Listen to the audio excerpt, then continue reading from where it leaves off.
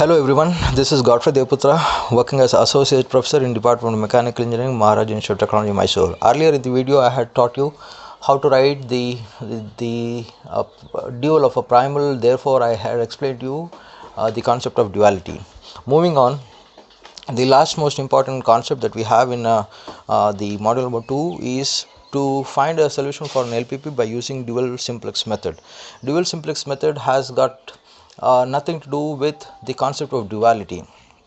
This is just another method which is a slight variation from the simplex method. The primary difference is that when we have a negative value among the RHS, we will not be able to solve any problem by using the simplex method.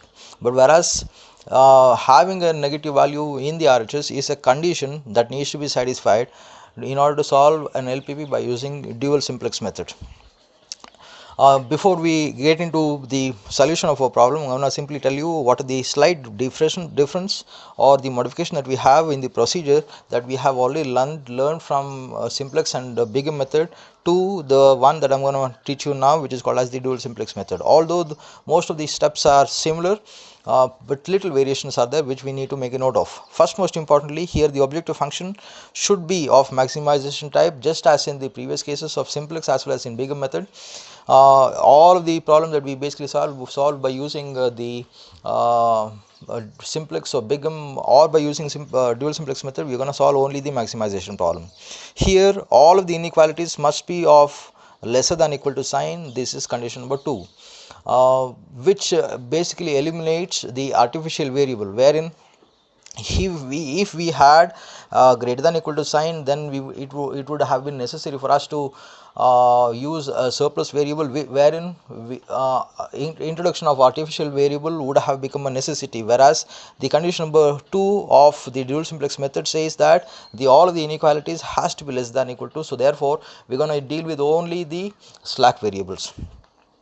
The third condition is a bit different from the one that we have actually discussed in the previous two methods. Here at least one RHS must be negative, and this is a very important condition.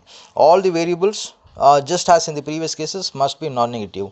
Here the steps of calculation or the relationship that we use in order to calculate are similar to the one that we have done in the previous two methods with little variations. Here Z equation, just as in the previous cases, Z equation is found out by using the same relation, similar summation of CBO into Xi minus CO.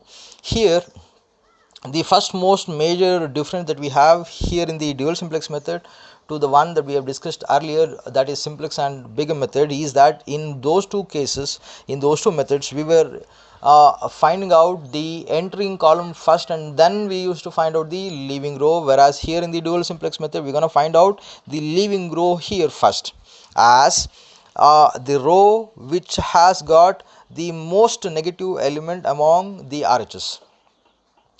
Okay, next, once the leaving row here is found out as the most negative element among the RHS, we're gonna make a note of it, saying that that particular row becomes the leaving row, and then we calculate ratio. The relationship that we use in order to calculate ratio here is also slightly different from the ones that we have discussed in the other two methods. Here the ratio is calculated as the Z equation element divided by the corresponding leaving row element. Okay, so these two are the fundamental or basic most important difference that we have from dual simplex method to the one that we have discussed earlier. Here next, the entering column is found out as the least negative element in the ratios.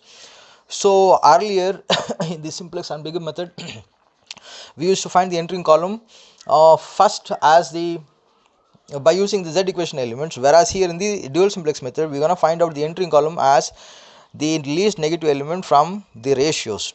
The key element, new pivot element and all the other elements, and the procedure to calculate these other things remains the same, just as in the previous cases. Here for a dual simplex method, the solution is said to be reached if all the elements in the RHS are greater than equal to 0 and if all the elements in the Z equation elements are greater than equal to 0. So please kindly make a note of this. Let me demonstrate how to solve a problem. Here let us take a question. minimize z is the question that is given as 6x1 plus x2 subject to constraint 2x1 plus x2 is greater than equal to 3, x1 minus x2 is greater than equal to 0, and x1 x2 are greater than equal to 0. So this is the question that is given here. Again I repeat, the dual simplex method has got nothing to do with the concept of duality. Okay, first most importantly, we need to check whether they are in the standard condition before we satisfy the condition. So the standard condition is that if there is a minimization function that is available, we need to have all of the constraints as greater than equal to, which I think is satisfied here. Okay, so we need to first of all convert into the maximization problem. So therefore I'm going to write the the standard format as maximize z dash is equal to minus 6x1 minus x2. Just by multiplying the objective function throughout by minus 1, I'm going to write it like this. Now since now the standard format is written in the form of maximization, I need to convert all of these inequalities into less than. So therefore the constraint number 1 simply multiplied throughout by minus 1 gives us minus 2x1 minus x2 is less than equal to minus 3, minus x1 plus x2 is less than equal to 0, x1 comma x2 are greater than equal to 0. This is the non-negativity constraints. So we have now been able to convert minimization problem into maximization problem. Now we need to satisfy the condition by using slack or surplus variable as the case may be. So I'm going to write the objective function later on. I'm going to work on the constraints to start with. So here first constraint is minus 2x1 minus x2. Since there is a lesser than equal to sign, so by the logic of this equation is that minus 2x1 minus x2 is already very much lesser than minus 3, so therefore we need supposed to add something to this, and that which we had here is called as the slack variable. So therefore I'm going to equate it to minus 3. The second constraint, the inequality is now is to be converted into equality by adding one more slack variable. So minus x1 plus x2, since again less than equal to sign, so therefore add one more slack variable, so called as s2, which will be equated to 0. So therefore inequalities have been converted to equality by using these slack variables. The variables themselves x1 x2 s1 s2 all are all greater than equal to 0. So therefore incorporate these slack variables in the objective function and rewrite the objective function as maximize z dash is equal to minus 6x1 minus x2 plus 0 s1 plus 0 s2, just as in the case of the simplex and the